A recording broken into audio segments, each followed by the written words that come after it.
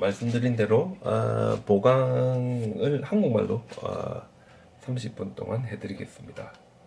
하나는 한국말로, 하나는 영어로 이렇게 두 개가 올라가니까 양쪽 다를 꼭 이래 들으셔야 보강 들으신 거로 아마 출석에 기록될 것 같습니다. 중간 시험 치기 전까지 저희들이 이 열반으로 가는 세 가지 길 중에 고행의 길, 그러니까 9차 재정을 통해서 제일 꼭대기까지 올라가서 니루다 사마파티, 멸진정을 통해 가지고 모든 정신적인 활동이 정지되는 것을 통해 가지고 우리의 모든 집착과 번뇌를 끊어내는 것.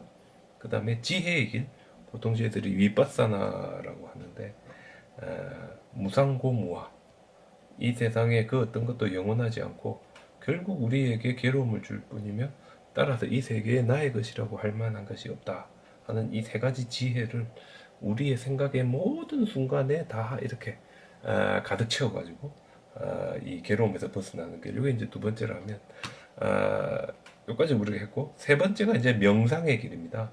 보통 우리가 명상의 길이라고 하면 불교의 사선정, 색계 사선정을 이야기하는데 우리 초선, 2선, 3선, 4선 가만히 보면 일상생활에서 있는 저희들의 다섯 가지 장애를 극복하고 정말 이 조용한 곳으로 이렇게 물러나면 아, 빗닦아와 빗자락, 그러니까 아주 조대한 생각과 미세한 생각. 조대한 생각은 대화하는 형태로 상대방이 뭐라 하면 나는 이렇게 대답하고 내가 이렇게 대답하면 상대방이 이렇게 대답할 거니까 나는 이렇게 대답하고 이렇게 하는 거를 조대한 생각이라고 하고 미세한 생각은 우리 12연기 같이 무명을 조건으로 행이 있고 행을 조건으로 식이 있고 이렇게 미세하게 생각하는 어떤 이 완전히 홀로 있게 되면 이렇게 조대한 생각과 미세한 생각과 함께 홀로 있는 데서 느끼는 기쁨과 우리 신체적인 평안, 그런 행복을 느끼게 되는데 이게 이제 초선의 상태입니다. 근데 이 초선의 상태에서 우리가 이 조대한 생각과 미세한 생각 한쪽으로 쭉 이렇게 몰아가서 마음을 집중하게 되면 제2선으로 올라가 있는데 2선에 올라가면 이런 조대한 생각과 미세한 생각이 완전히 이제 하나로 모아져서 더 이상 이제 그런 것이 없는 상태로 발전하게 됩니다. 이게 이제 이그 제2선이고 그 다음에 어떤 이그 산매에서 오는 마음이 집중돼서 오는 어떤 이런 기쁨이라는 것도 하나의 감정이기 때문에 결국은 우리가 정말로 집중을 하게 되면 그런 감정들도 사라지게 되는데 따라서 조대한 생각도 사라지고 미세한 생각도 사라지고 어떤 그런 혼자 있음이라든지 집중해서 오는 기쁨도 사라진 상태. 그게 이제 삼선이 되겠습니다. 삼선으로 올라가면 신체적인 평온함, 거기서 오는 행복, 어떤 이런 감정만이 이제 남아있게 되는데 이 행복하다는 감정도 또한 우리 불교적으로 보면 결국 그 좋거나 싫은 어떤 그런 쪽이기 때문에 결국은 아주 평정한 우리의 마음이 아주 이렇게 평온한 상태로 가는 데는 도움이 되지 않는다고 보기 때문에 점차적으로 그런 마음마저도 사라지면서 저희들이 이제 불교에서 우빼가라고 하는데 우빼가라고 하면 평정의 상태, 완벽하게 마음이 평정하는 보통 이렇게 평정해진 마음의 상태를 이 물결이 한 개도 일어나지 않는 호수에 많이 비유합니다. 물결이 하나도 일어나지 않는 호수에 비유한데 그 정도로 아주 평정한 상태, 이런 상태에 있는 마음은 우리에게 지혜를 일으킬 수 있는 토대가 되고 바깥 세상을 제대로 볼 수 있는 토대가 됩니다. 예를 들어 가지고 추운 겨울날 바람이 한 개도 안 불 때 경주 안압지에 가면 우리가 눈으로 보는 외부 대상보다 바람이 한 개도 안 불어가지고 거울과 같이 깨끗한 그 안압지의 호수 표면에 비친 외부 대상이 훨씬 더 깨끗합니다.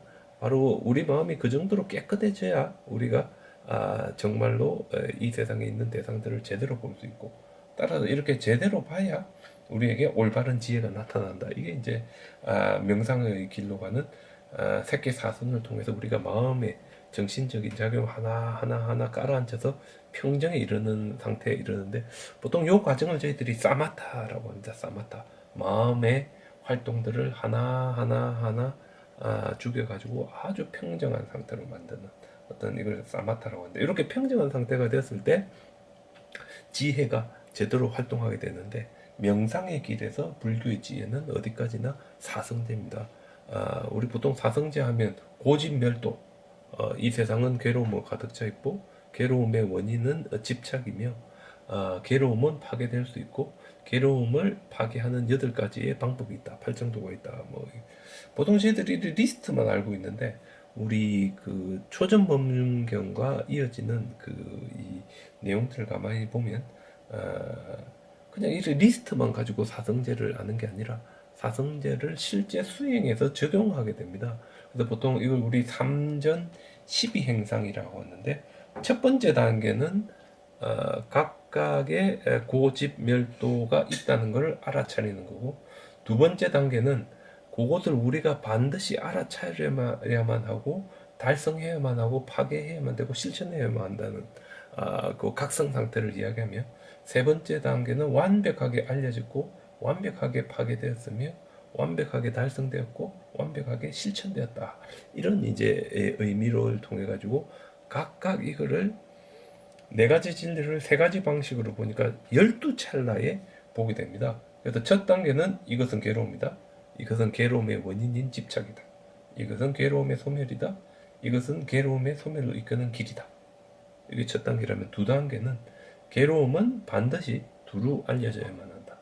그 원인인 집착은 반드시 파괴되어야만 한다. 그 괴로움의 파괴가 반드시 달성되어야만 하고 그 파괴로 이르는 길이 반드시 실천되어야 한다. 이게 이제 두 번째 단계라면, 세 번째 단계는 이 세상에 있는 모든 괴로움이 다 알려졌고 그 원인인 집착이 완전히 파괴되었으며 그 파괴가 완벽하게 달성되었고 그 파괴로 이르는 길이 완벽하게 실천되었다. 이렇게 3단계로 이제 알아차려야 됩니다. 그래서 우리 일반적으로 이제 사성제하면 고집멸도 이렇게 이야기하지만, 어떤 3전 12행상의 측면에서 보면 첫 번째 진리, 괴로움의 진리는, 첫 번째 괴로움의 진리는 이 세계가 괴로움으로 가득 차 있다는 걸 우리가 잘 알아야만 하는 게 첫 번째고, 두 번째, 그 괴로움의 원인으로서의 욕망이 완전히 파괴되어야만 한다는 게 두 번째 진리이며, 세 번째, 욕망이 더 이상 남아있지 않음을 통해 우리의 모든 괴로움이 사라지게 되었다는 것이 세 번째 진리이며, 네 번째 진리는 그렇게 우리가 가는 길로서의 8가지 팔정도가 두루 다 실천되어야만 한다. 이것들이 이제 각각 이루어져야만 되는 거로. 그래서 우리 인도에서는 요 12단계, 12찰나에 걸쳐서 일어나는 요 괴로움의 극복이 한 찰나에 가능한가? 아니면 12찰나에 점차적으로 일어나느냐에 대한 이 논란들이 많았고, 우리 그 티벳에서 불교를 받아들였을 때 라사에서 이 인도의 학생인 까마라실라를 초청하고 중국의 선생인 마하연을 초청해가 분쟁을 하는데, 핵심적인 주제가 이겁니다. 이 깨달음은 단박에, 보통 우리 도노라고 하는데 단박에 이루어지는 거지 아니면 점차적으로 찰나찰나에 걸쳐서 이렇게 지나가면서 이루어지는지에 대한 그 논의가 있었고, 우리 이 결과만 놓고 보면 가마라 신라가 이겨서 티베트 불교가 인도 불교를 적극적으로 받아들이는 쪽으로 이제 나가게 되었다라고 하는데, 전체적인 그 대화를 보면 양쪽 중에 어디가 이겼다 우리가 이렇게 이야기하기 어려운, 사실상 이건 좀 정치적으로 티벳이 중국의 영향에서 벗어나는 방식으로 이제 인도를 선택한 거로 보이는데, 어떤 그런 식으로 봅니다. 다만 이제 여기서 중요한 거는 우리의 마음이 완벽하게 평정해져 가지고 고요해졌을 때 어떤 사성제가 이렇게 3전 12행상을 통해서 역할을 하면서 우리에게 있는 모든 괴로움과 집착들이 사라질 수 있다라고 이렇게 가르쳤고, 이렇게 해서 우리에게 모든 집착과 괴로움이 사라졌다는 걸 우리가 완벽하게 알아차렸을 때 이게 이제 깨달음이 되겠습니다. 나에게 더 이상 집착이라든지 욕망이 남아있지 않아서 나는 더 이상 이 세계에 다시 태어나지 않고, 따라서 나는 더 이상 이 세계에 윤회하지 않게 된다는, 그게 이제 부처님의 그 사자후가 되겠습니다. 사자후. 그래서 어떤 이 명상의 길을 가지고 우리가 가만히 보면 어떤 이 사성제라는 관점을 가지고 이 세계를 통찰하는 것. 우리 통찰하는 걸 보통 그 미파사나라고 할 수 있고, 우리 마음의 작용을 점점적으로 깔아앉히는 걸 사마타라고 할 수 있는데, 이 사마타와 미파사나, 보통 우리 고려 시대 때 이거를 지관 이랬습니다. 지는 그칠 지자로 사마타, 관은 통찰하다, 관찰하다 해서 이제 인사이트, 위파사나가 되는데, 이 두 개가 항상 함께 한다. 지관수에 두 개가 함께 한다고 우리 고려 시대 때 사람들은 봤고, 그래서 이 사마타는 우리가 계단을 올라갈 때 한쪽 발을 위쪽 계단에 올려놓는 거고, 윗바사나는 팍 이렇게 올라서는 어떤 이런 식으로 해서 두 개가 어느 정도 조합되어서 나가는 게 초기 불교에서 이 그 모든 집착과 번뇌를 끊어서 더 이상의 집착과 번뇌가 남아있지 않는 상태로 나가는 길로 이야기된 것 같고, 아마도 이것이 초기 불교를 특징할 수 있는 수행이 아니었을까라고 이야기할 수 있겠습니다.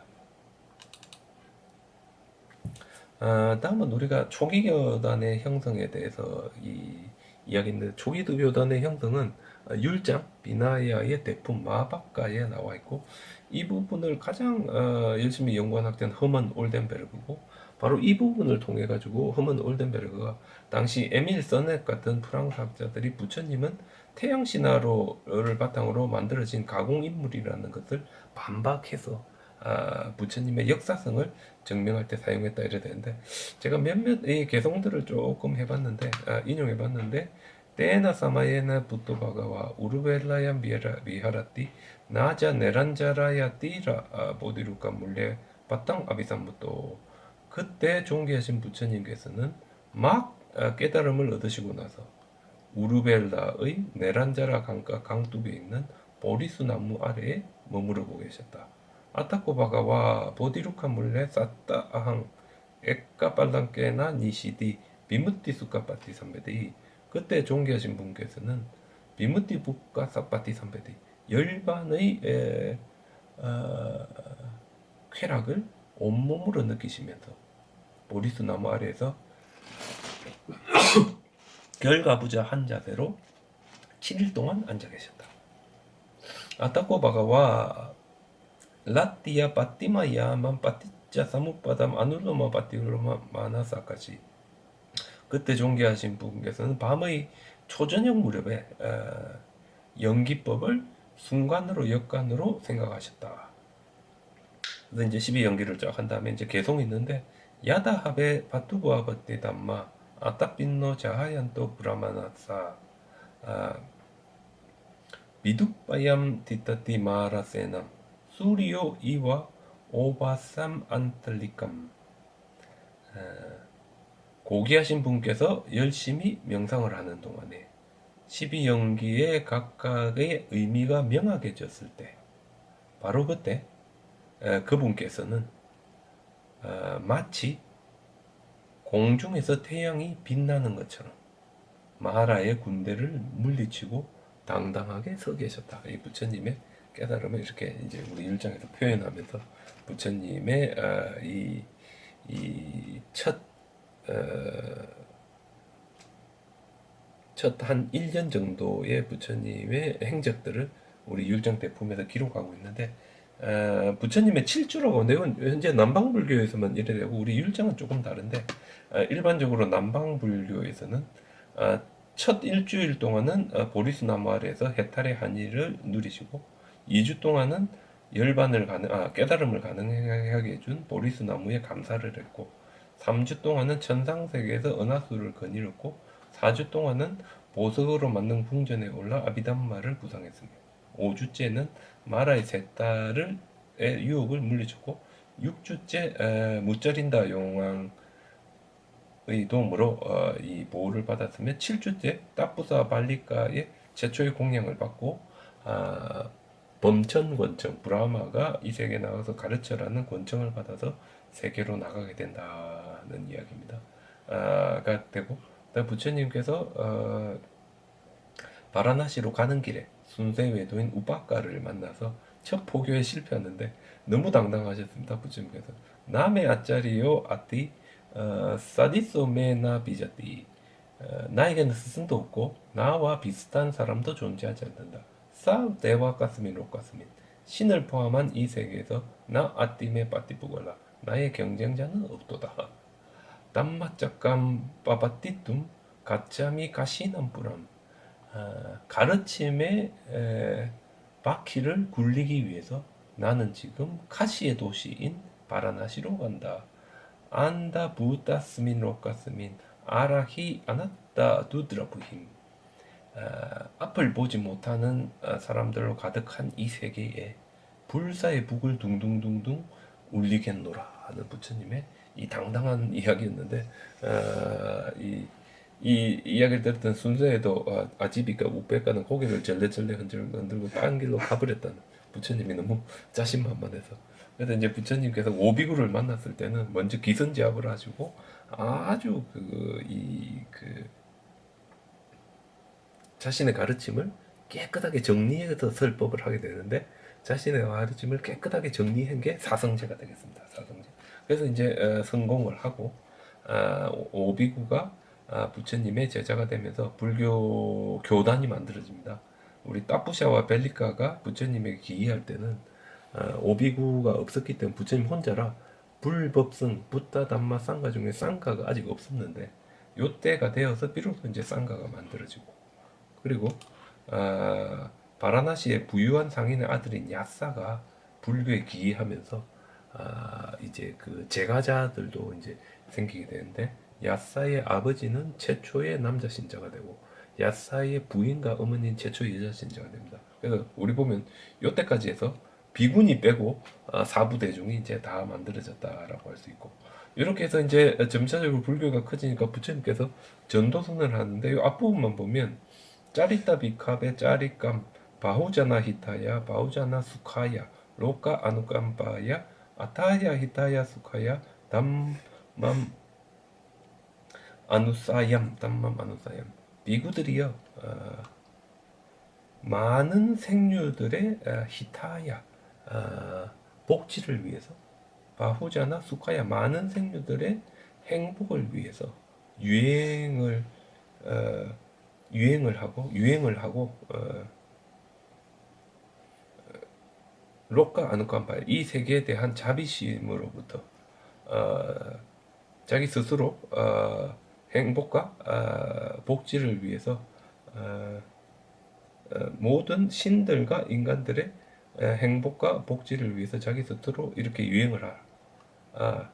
마 에케나 드웨 아가미다. 둘이 가지 말고 홀로 가라. 그리고 데세타 비카베 담맘. 아디따 깔라냠 마지마데 깔라냠. 처음도 좋고 중간도 좋은 이 불법을 설하라.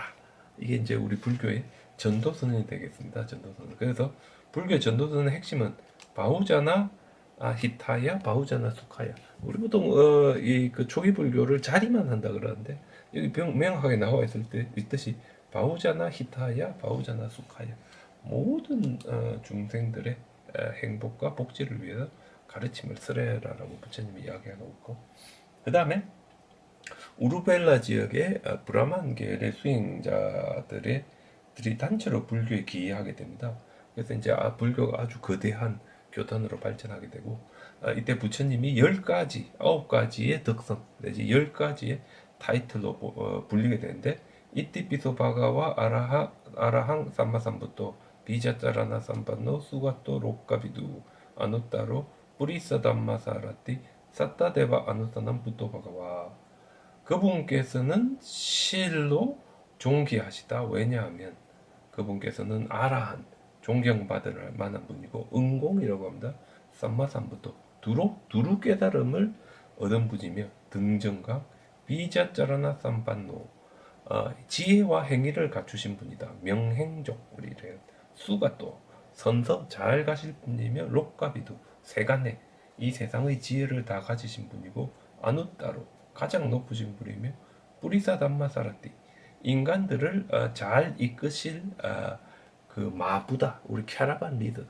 캐라반의 지도자이며 사따 대와 마누사남 신과 인간의 스승이고 붓도 깨달은 자이며 바가와 존귀한 분이시다라는 10가지 타이틀을 얻게 되고 이를 통해서 깝사빠 삼형제와 함께 우리 마가다 왕국의 빈비사라 왕의 기일을 받고 중림정사 보통 벨루바나를 하는데 왕사등 북쪽에 있습니다. 이곳을 얻어서 든든한 불교의 이 토대가 만들어집니다. 그리고 이 토대가 만들어진 상태에서 이 사리푸타와 모칼라나라고 하는 상수 제자가 이제 부처님께 오게 되는데, 우리 보통 이 불교를 인도에서 표현할 때 사리푸타와 모칼라나가 불교를 지칭하는 요약된 개송을 통해서 깨달음을 얻게 되었다, 아니면 불교의 대의를 알아차렸다 하는데, 이게 이제 우리 불교를 대표하는 문장으로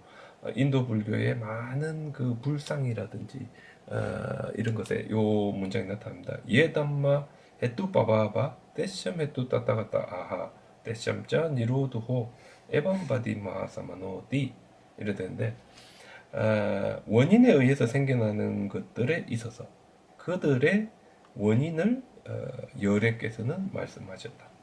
그리고 그들의 소멸도 그와 같이 말씀하셨는데, 이것이 바로 위대한 사문의 가르침이다. 이게 이제 불교를 대표하는 어떤 그런 문장으로, 불교의 연기와 함께 대표하는 문장으로 만들어지면서 불교 교단이 이 도시 지역의 상인 계층들을 주된 신도층으로 하고 왕가의 후원을 받으면서 그 당시 이 아슈람이라든지 육사 외도로 보이는 이 신흥 종교에 몸받았던 이 수행자들을 흡수하면서 불교가 급격하게 초창기에 발전해 나가게 됐다는 걸 저희들이 이제 알 수 있습니다.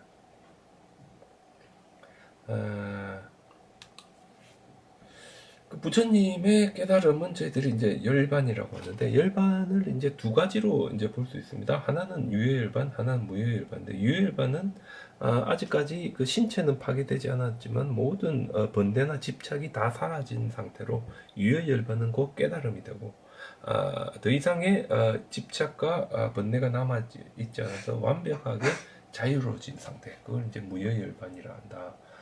이렇게 볼 수 있고, 발레부생이 이제 여기에 대해서 뭐 여러 가지 이야기를 했는데, 여기서 중요한 거는 이 열반이라는 단어를 우리가 가만히 보면 자동사로도 이제 타동사로도 볼 수 있는데, 타동사가 되면 뭐뭐에 의해서 꺼진 것이 되고, 자동사는 자동으로 꺼지는 게 됩니다. 그래서 뭐뭐에 의해서 꺼지는 것, 타동사로 됐을 때는 촛불이 불어가지고 촛불이 있다가 바람이 불어가 꺼지는 게 되는데, 이 바람에 촛불이 꺼지면 언제든지 촛불은 다시 켜질 수 있습니다.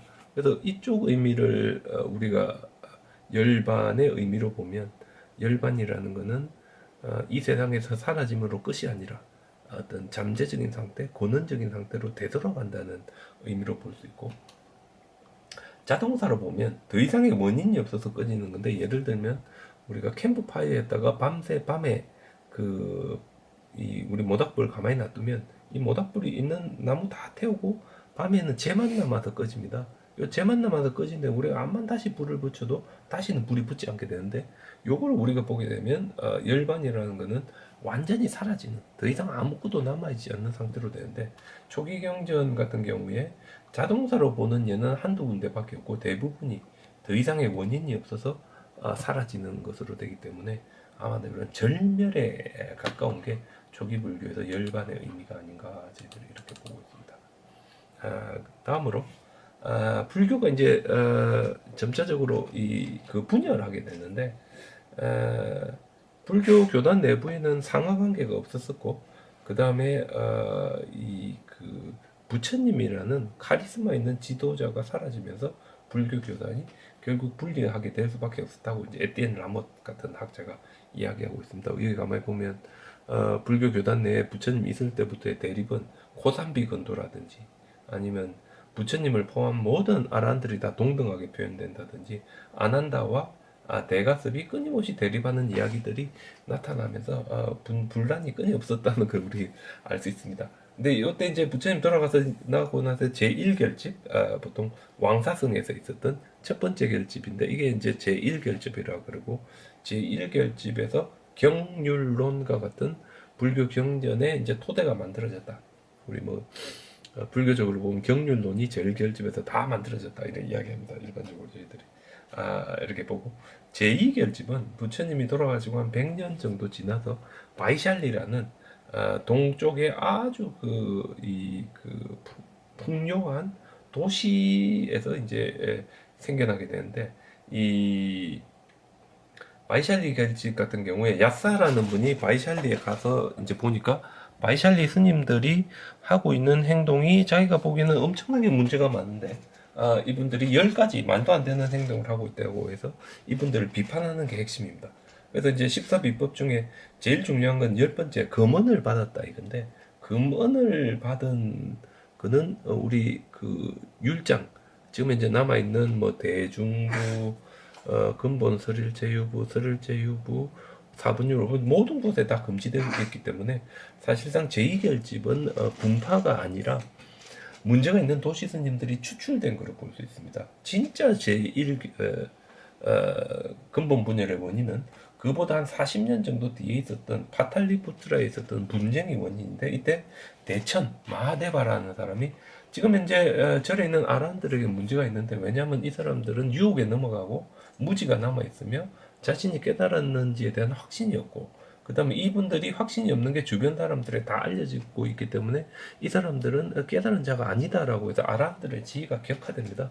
그러면서 딱 한 사람의 지위만 올라가는데 그게 부처님이고 이 시기에 이제 서서히 부처님이 부다가 신격화되었다 할 수 있는데 바로 신격화된 부다, 초인적인 부다를 받아들이는 사람들이 다수가 되어서 형성된 게 마하상기가 대정부가 되고 아니다. 부처님은 우리하고 똑같은 인간이라고 주장했던 소수의 나이 많은 보수적인 사람들이 따로 모여서 이 사람들이 스탑이라 상자부가 되었다. 이래 보는 게 지금 현재 이 근본 분열의 원인으로 볼 수 있겠습니다. 그리고 교리적인 원인으로 첫 번째 분열된 것은 독작으로 부처님이 돌아가시고 한 200년쯤 지난 다음에 이 아트만 우리 그 영혼이라고 하는데 이 아트만이 있고 그다음에 아트만을 통해 가지고 그 윤회가 지속되고 행위의 결과를 받을 수 있다고 주장하는 사람들이 불교 내부에 생겨났는데 이 사람들 독자부라고 합니다. 이 독자부가 이 시기에 이제 나타나기 시작했으며 가장 중요한 분열은 기원 아쇼카 왕 때 기원전 한 216년에서 236년경에 파탈리푸트라에서 있었던 거로 6만 내지 6만의 스님들이 정확하게 반으로 갈라져서 절반은 남아있고 절반은 쫓겨나게 됐는데 이 쫓겨난 스님들은 북서쪽으로 이동해서 사르바하스티바다 설일체유부가 되고 남아있던 사람들은 보통 저희들이 이야기하는 비바자바다가 되어가지고 각각 북쪽으로 가는 사람들은 북서쪽으로 해서 중국을 통해 가지고 북방불교가 되고 남쪽으로 가는 사람들은 남방불교가 되고 그다음에 이 남방불교가 이제 이 스리랑카에 한 천년경까지 있다가 천년경에 동남아시아로 전해지면서 오늘날의 남방불교가 바로 요때 아쇼카 왕 때 이렇게 그 마가다 지역에 남아있던 사람들이 되고 쫓겨난 사람들 북방으로 올라간 사람들은 점차 이렇게 올라가면서 이제 다양한 사람들을 만납니다. 중국 사람들도 만나고, 이란 사람들도 만나고, 쿠시안도 만나고, 중앙아시아 사람들도 만나면서 더 이상 기존의 방식으로는 안 되고 불교가 이제 변화해야만 하는데 이렇게 변화하는 과정에서 불상도 만들어지고 대승불교가 이제 발생하면서 발전하게 되는 게 이제 북방 불교로 되고 이쪽의 불교 경전은 주로 한문으로 남아 있고 남쪽으로 간 불교 경전은 빨리어로 남아 있는 어떤 그런 형태로 이제 점차적으로 발전하게 됐다 이렇게 저희들이 볼 수 있을 것 같습니다. 그래서 이게 이제 우리 아쇼카 왕 시대에 있었던 가장 중요한 그 분열이 되겠습니다. 그리고 이제 스리랑카 불교인데 스리랑카는 이 아쇼카 왕 시대에 그 결집이 일어난 다음에 이 모칼리푸타 티시아와 아쇼카 왕에 의해서 아쇼카 왕의 아들이 먼저 스리랑카로 가고 그 다음에 딸이 스리랑카로 가서 각각 마힌다와 쌍가미타가 스리랑카의 비구와 비군이 수계 전통을 시작하게 되고